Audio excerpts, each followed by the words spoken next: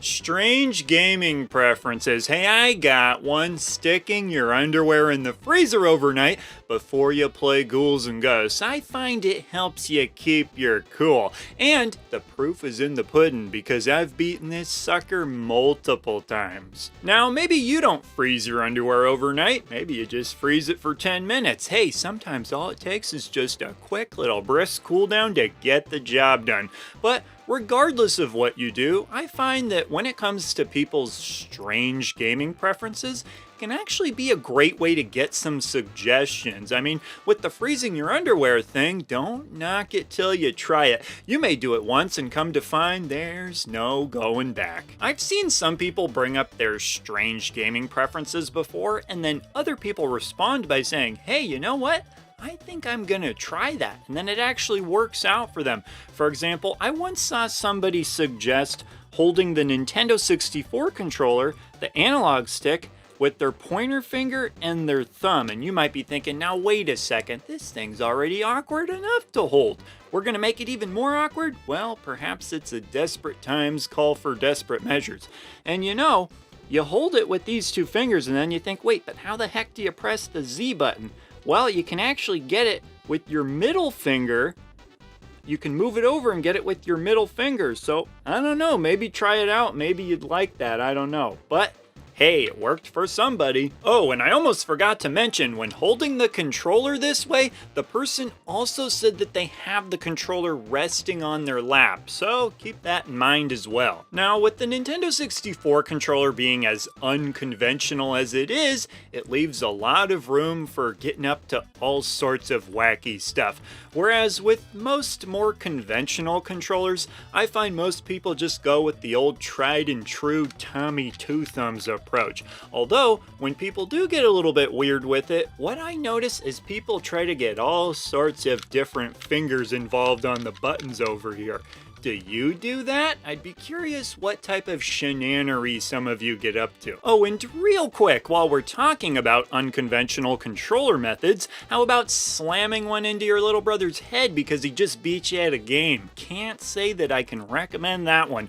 Witnessed it happening a couple times back in the day, and it did not end well. Something else that I see people talking about a lot is what order they play the games in a particular series in. So, for example, typically the conventional wisdom will be start with the older games and then make your way up to the newer games. But what some people will do is just say, screw that, I'm going to start with the newer games and then slowly work my way back to the older and older games to kind of see where the series came from.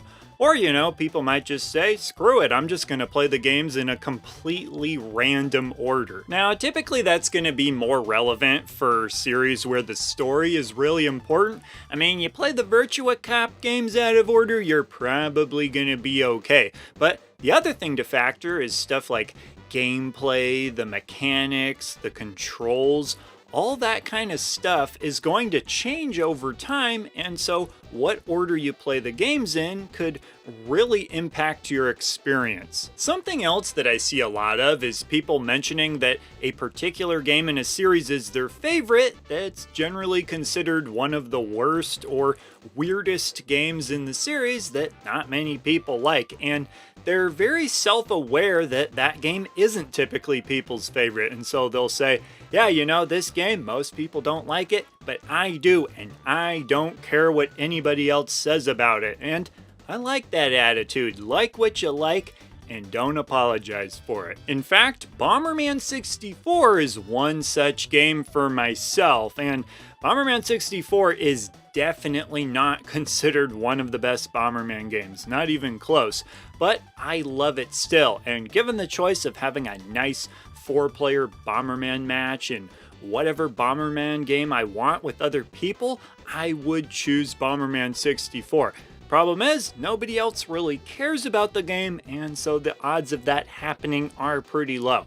But hey, I still really like 2D Bomberman, so there's always that. Something else that I've seen people talking about, to the point that I'm not even sure I would call this a strange preference because of how many people I've seen say they do it, is intentionally getting to the very, very end of the game and then they stop playing. And the reason is because they love the game so much that they don't want it to end, so they don't let it end. Then there's the people who try to say, you know, it's the weirdest thing I do.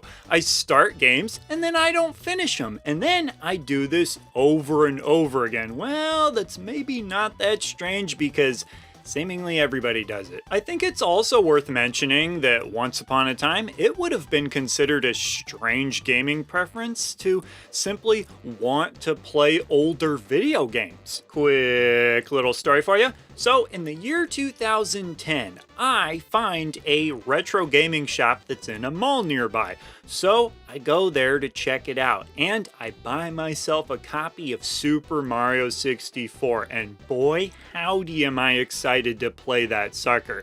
So I'm walking through the mall and a few stores down I notice a GameStop. So I figure, well, since I'm here, let's walk in and check it out. So I walk in there proudly holding my copy of Super Mario 64, and the entire staff just stares at me like, what are you holding in your hand? It might as well have been some sort of ancient artifact as far as they were concerned. They didn't even know what it was. I had to explain what it was to them. And then their response was just, you know that Super Mario Galaxy 2 exists, right? Alright, but that about does it for everything that I can say. Now it's time for you to share some of your strange gaming preferences. Because remember, the stranger your strange gaming preferences are, the harder they would be for me to guess what the heck they are. So please do share your strangest gaming preference, and keep in mind, strange is good, gross is not. So keep it strange, keep it fun, and keep it down in the comments below, and I will see ya in the next video. He's the retro bird, yeah, and he's talking about video games. He's the retro